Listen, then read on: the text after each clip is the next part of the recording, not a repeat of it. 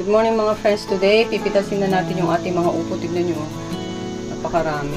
Dahil talipapa day, pipitasin na natin yung upo. Tignan nyo kung gaano kadami yung ating pipitasin.